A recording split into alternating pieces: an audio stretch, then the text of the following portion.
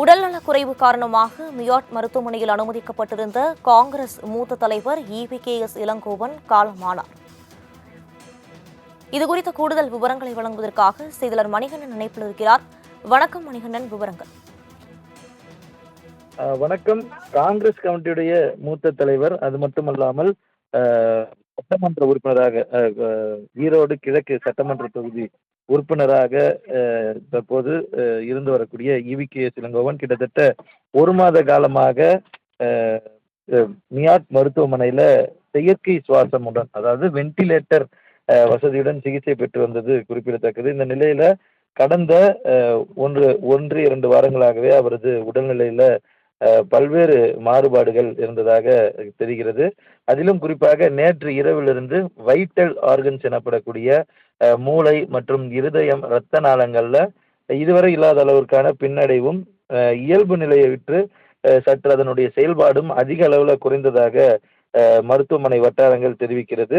அந்த அளவுல திடீரென நேற்று இரவிலிருந்து அதிக அளவிலான பின்னடைவு என்பது அவரது உடல்நிலையில் ஏற்பட்டதன் காரணமாக சரியாக காலை 10-12 மணி அளவுல அவர் சிகிச்சை பலனின்றி உயிரிழந்திருப்பதாக அதிகாரப்பூர்வமாக தெரிவிக்கப்பட்டிருக்கிறது. முக்கியமாக கடந்த 2023ஆம் ஆண்டிலிருந்து சட்டப்பேரவை உறுப்பினராக அவர் இந்த ஈரோடு கிழக்கு தொகுதி சட்டமன்ற உறுப்பினராக செயல்பட்டு வருகிறார். அவரது மகனது இழப்புக்கு பிறகாக நேரடியாக ஈரோடு சட்டமன்ற தொகுதி இடைத்தேர்தலில் பெருவாரியான வாக்கு வித்தியாசத்துல வெற்றி பெற்றிருந்தார். குறிப்பாக இவிகே சம்பத்துடைய மகனாக அவர் இருக்கிறார். தொடர்ந்து பெரியாருடைய குடும்பத்தில், அதாவது தந்தை பெரியாருடைய குடும்பத்துல தமிழகத்துல ஒரு மூத்த அரசியல்வாதியாக தமிழக காங்கிரஸ் கட்சியின் காட்சி ஆழத்துல 2004 முதல் 2009 வரையில மத்திய ஜவுளித்துறை இணையமைச்சருமாக இருந்திருக்கிறார்.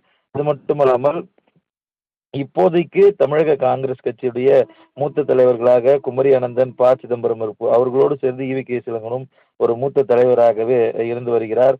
முதல் முறையாக 1984 சட்டப்பேரவையில சத்தியமங்கலம் சட்டமன்ற தொகுதிக்காக தேர்ந்தெடுக்கப்படுகிறார். அதற்கு பிறகாக அவரது திருமகன் ஈவேரா உயிரிழப்புக்கு பிறகு நடந்த அந்த இடைத்தேர்தலில் அவர் வெற்றி பெறுகிறார். 1948ஆம் ஆண்டு ஈரோட்டில் பிறந்த அவர் தனது 75வது வயது தற்போது இருக்கக்கூடிய நிலையில மியாட் மருத்துவமனையில சிகிச்சை பலனின்றி உயிரிழந்திருக்கிறார். ஏற்கனவே அவரது குடும்பத்தை பொறுத்தவரையில தந்தை பெரியாருடைய தம்பியான இவிகே சம்பத்துடைய மகனாக இவர் இருக்கிறார். முக்கியமாக ஒரு பெரியாரோட அரசியல் பின்புலம் வாய்ந்த குடும்பத்திலிருந்து அவர் வந்திருக்கிறார்.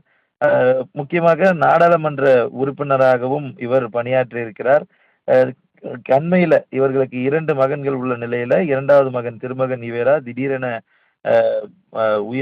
சிகிச்சை பலனின்றி உயிரிழந்ததை பார்க்க முடிந்தது. அதனைத் தொடர்ந்து நேரடியாக தமிழக முதலமைச்சர் அவரது இல்லத்திற்கு சென்று நீங்கள் தான் இந்த தொகுதியில போட்டியிட வேண்டும் என்று கோரிக்கை வைத்ததன் அடிப்படையில அந்த தொகுதிக்கான இடைத்தேர்தலில் போட்டியிட்டார்.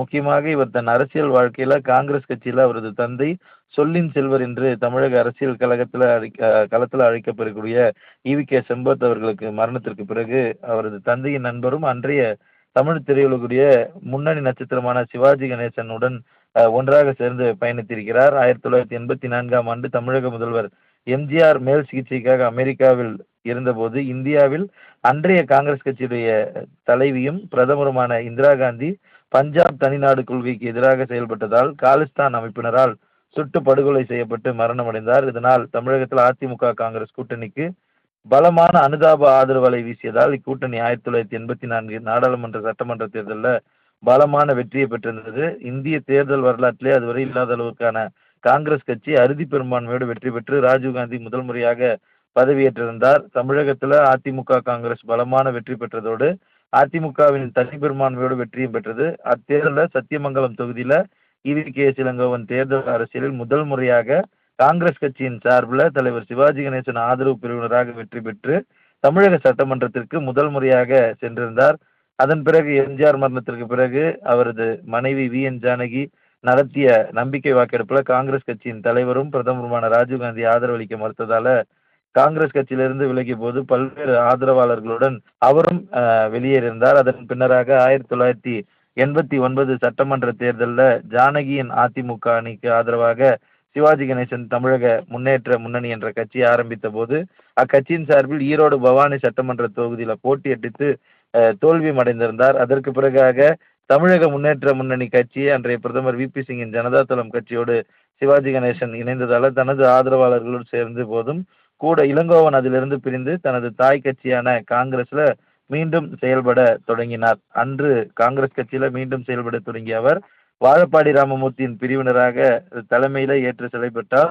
அதன் பிறகு முன்னாள் பிரதமரும் காங்கிரஸ் கட்சியின் தலைவருமான ராஜீவ்காந்தி தமிழீழம் தனிநாடு கொள்கைக்கு எதிராக செயல்பட்டதால் விடுதலை புலிகளால் ஸ்ரீபெரும்புதூர்ல மனித வெடிகுண்டால் கொல்லப்பட்டார். பின்னர் ராஜீவ்காந்தி மரணத்திற்கு பிறகு ஏற்பட்ட அனுதாபாலையின் மத்தியில காங்கிரஸ் கட்சி நரசிம்மராவ் தமிழகத்தில் அதிமுக சார்பில் ஜெயலலிதா முதல் முறையாக பதவியேற்றிருந்தனர். 1996 நாடாளுமன்ற தேர்தலில் கிருஷ்ணகிரி மக்களவை தொகுதியில போட்டியிட்டு அவர் தோல்வி அடைந்திருந்தார். காங்கிரஸ் கட்சியுடன் மீண்டும் முரண்பட்டு தனி கட்சி துவங்கி சென்றதன் காரணமாக காங்கிரஸ் கட்சியின் தலைவர்களாக சோனியா காந்தி மற்றும் சீதாராம் கேசரி இளங்கோவனை தமிழக காங்கிரஸ் கட்சியின் தலைவராக நியமித்தனர். 1996 2001 வரை மிகவும் திறம்பட இந்த அவரது 5 ஆண்டு கால பதவியை காங்கிரஸ் கமிட்டியின் தலைவராக பொறுப்பேற்று நடத்தியிருந்தார். 2001 சட்டமன்ற தேர்தலில் அதிமுக காங்கிரஸ் கூட்டணி ஏற்பட்டதால் மூப்பனாரின் தமாக கட்சி கூட்டணியில் இணைந்ததால தமிழக மாநில தலைவர் பதவியிலிருந்து விலகி மூப்பனாருக்கு தமிழக காங்கிரஸ் தலைவர் பதவியை விட்டுக் கொடுத்தார். தொடர்ந்து 2004 நாடாளுமன்ற தேர்தலில் அன்றைய கோபிச்செட்டிப்பாளையம் மக்களவை தொகுதியில காங்கிரஸ் கட்சியின் சார்பில் போட்டியிட்டு 2,16,474 வாக்குகள் வித்தியாசத்தில் வெற்றி காங்கிரஸ் மூத்த தலைவர் EVKS இளங்கோவன் உடல்நலக்குறைவால் காலமானார். இதுகுறித்த கூடுதல் விவரங்களை வழங்குவதற்காக செய்தியாளர் செலினா இணைப்பில் இருக்கிறார். வணக்கம் செலினா, விவரங்கள். காங்கிரஸ் கட்சியின் மூத்த தலைவரும் அதே போல சட்டமன்ற உறுப்பினருமான EVKS இளங்கோவன் உடல்நலக்குறைவு காரணமாக கடந்த 1 மாத காலத்திற்கும் மேலாக MGM மருத்துவமனையில் குறிப்பாக சிகிச்சை பெற்று வந்தார். அவருக்கு மூச்சு திணறல் அதே போல பல்வேறு இரத்த அழுத்தம் காரணமாக அவருக்கான சிகிச்சை என்பது வழங்கப்பட்டதாகவும் மாதம் ஒரு முறை சிகிச்சைக்கு வழக்கமாக செல்வது போல சிகிச்சைக்கு சென்றிருந்த நிலையில் தற்பொழுது உடல்நல குறைவு காரணமாக மறைந்தார் என்ற செய்தி என்பது வெளியாகி இருக்கிறது. கடந்த முறை உடல்நல குறைவு காரணமாக தீவிர சிகிச்சை பிரிவில் சிகிச்சை பெற்று வந்த போதே முதலமைச்சர் மு க ஸ்டாலின் நேரடியாக சென்று அவருக்கு ஆறுதல் தெரிவித்திருந்தார். அதே போல அவர்களுக்கு வழங்கப்பட்டிருக்கக்கூடிய சிகிச்சைகள் தொடர்பாக கேட்டறிந்து வந்த நிலையில் இன்று காலை அவருக்கு மேலும் உடல்நல குறைவு என்பது ஏற்பட்டு அவர் தீவிர சிகிச்சை பிரிவில் அனுமதிக்கப்பட்டு அதற்கு பிறகு அவர் உயிரிழந்தார் என்ற செய்தி என்பது வெளியாகி இருக்கிறது. பெரியாரின் குடும்பத்தை சேர்ந்த EVKS இளங்கோவன் குறிப்பாக காங்கிரஸ் கட்சியில் மூத்த உறுப்பினராகவும் 2 முறை காங்கிரஸ் கட்சியின் தலைவராகவும் அதே போல சட்டமன்ற உறுப்பினர், நாடாளுமன்ற உறுப்பினர் என பல்வேறு பொறுப்புகளில் வகித்திருந்தார். இந்த நிலையில்